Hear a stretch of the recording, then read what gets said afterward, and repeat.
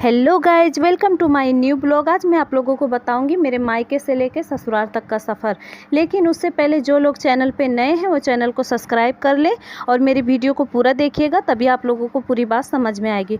Hello दोस्तों, अस्सलाम वालेकुम। मेरा नाम है जोयासा, मैं नेपाल की रहने वाली हूँ। तो दोस्तों, अभी मैं अपने ससुराल के लिए जा रही हूँ। अभी तक मायके में थी, अब मैं अपने ससुराल जा रही हूँ। तो आप लोग देख सकते हैं कितनी ज़्यादा बारिश हो रही है। बारिश की वजह से मैं अपने घर से लेकर के आगे तक का वीडियो शूट नहीं कर पाई थी। वो आगे टिकट काटने वाला, वहाँ से मैंने टिकट कटाया, सीधे बस में आकर के बैठ गई और 4:45 बजे गाड़ी छूट गई थी।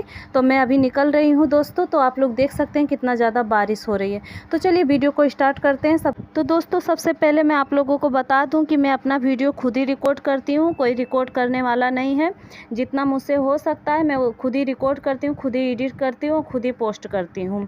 और मेरे पास ना ही अच्छा फ़ोन है, ना ही मेरे पास बोलने वाला माइक है। तो मैं खुद से ही पहले वीडियो बना लेती हूँ, उसके बाद फिर कैमरे से वीडियो बना करके फिर खुद ही एडिट करती हूँ दोस्तों। तो आप लोग प्लीज़ ज़्यादा से ज़्यादा मेरे चैनल को सपोर्ट करिएगा दोस्तों। तो चलिए मैं बताती हूँ मेरे फैमिली में कितने लोग हैं और कौन कौन है।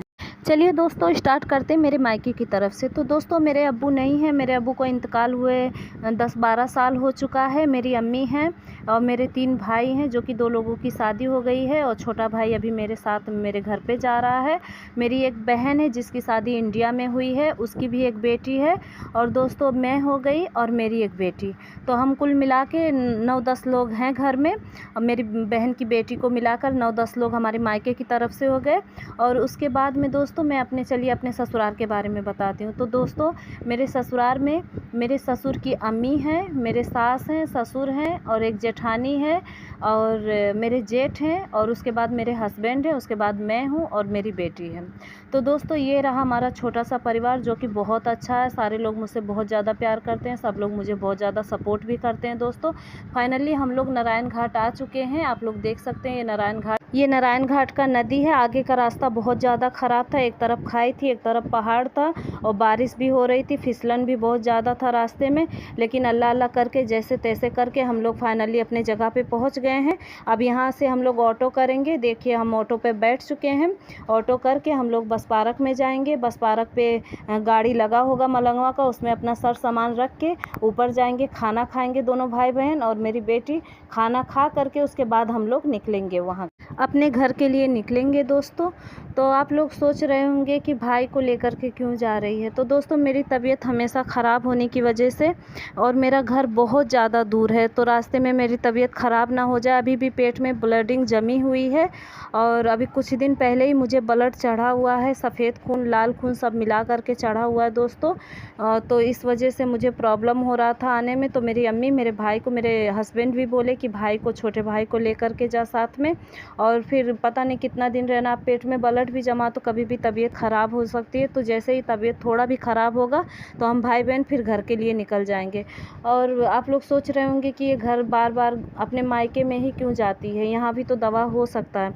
तो हाँ गाइज, दवा हो सकता है, लेकिन यहाँ के डॉक्टर लोग मेरी बीमारी के बारे में उतना नहीं जानते हैं।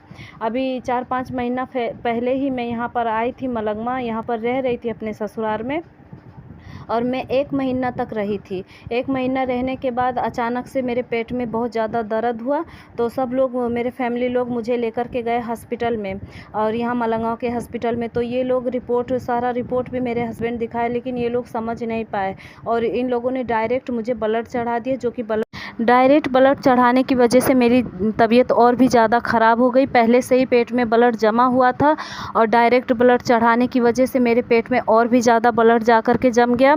तो यहाँ के डॉक्टर लोग फिर जवाब दे दिए, बोले बाहर लेकर जाने के लिए। तो मेरी अम्मी को सारा चीज़ पता था मेरे बारे में, मेरी बीमारी के बारे में, और मेरे ससुराल वालों को उतना ज़्यादा नहीं पता था। मेरी शादी को भी अभी 3 ही साल हुए हैं, तो मेरे हस्बैंड को भी बस थोड़ा बहुत पता, उनको भी इतना ज़्यादा नहीं पता था।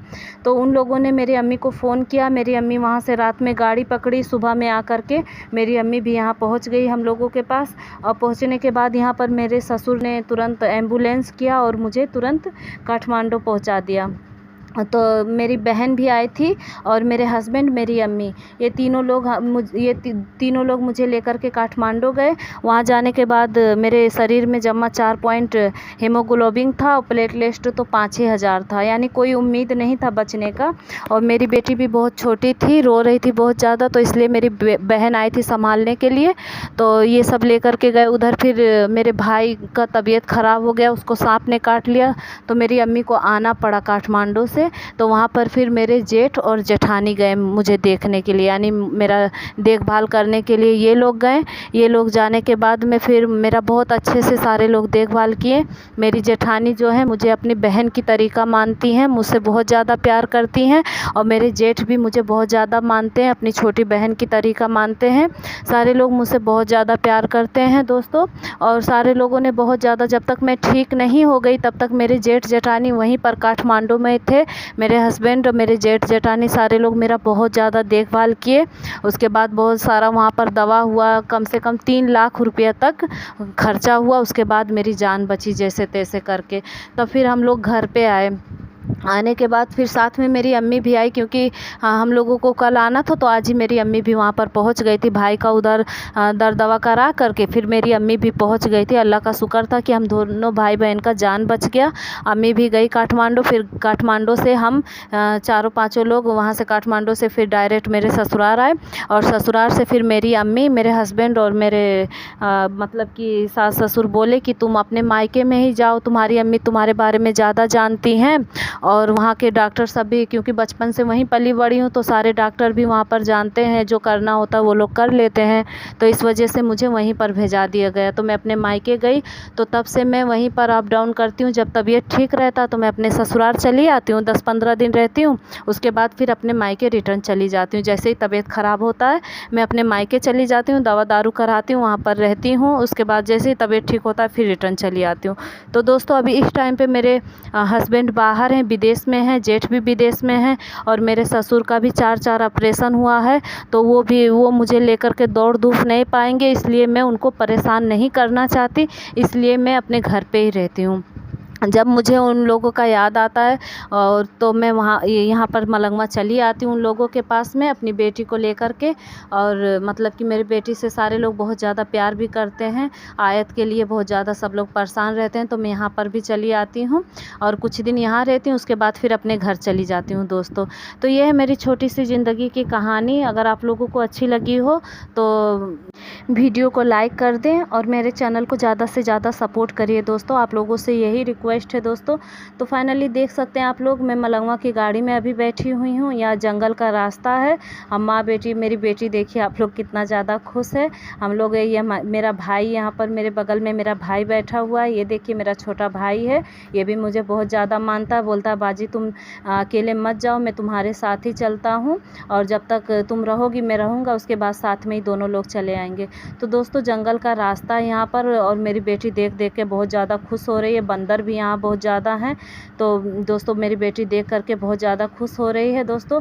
अगर आप लोगों को वीडियो अच्छी लगे हो तो लाइक करें, शेयर करें, अच्छा कमेंट करें, और मिलते हैं चलिए नेक्स्ट वीडियो में। तब तक के लिए अल्लाह हाफिज़, अस्सलाम वालेकुम। दुआ में अपनी बहन को याद रखिएगा और मेरे लिए बहुत सारा दुआ करिएगा। Bye bye.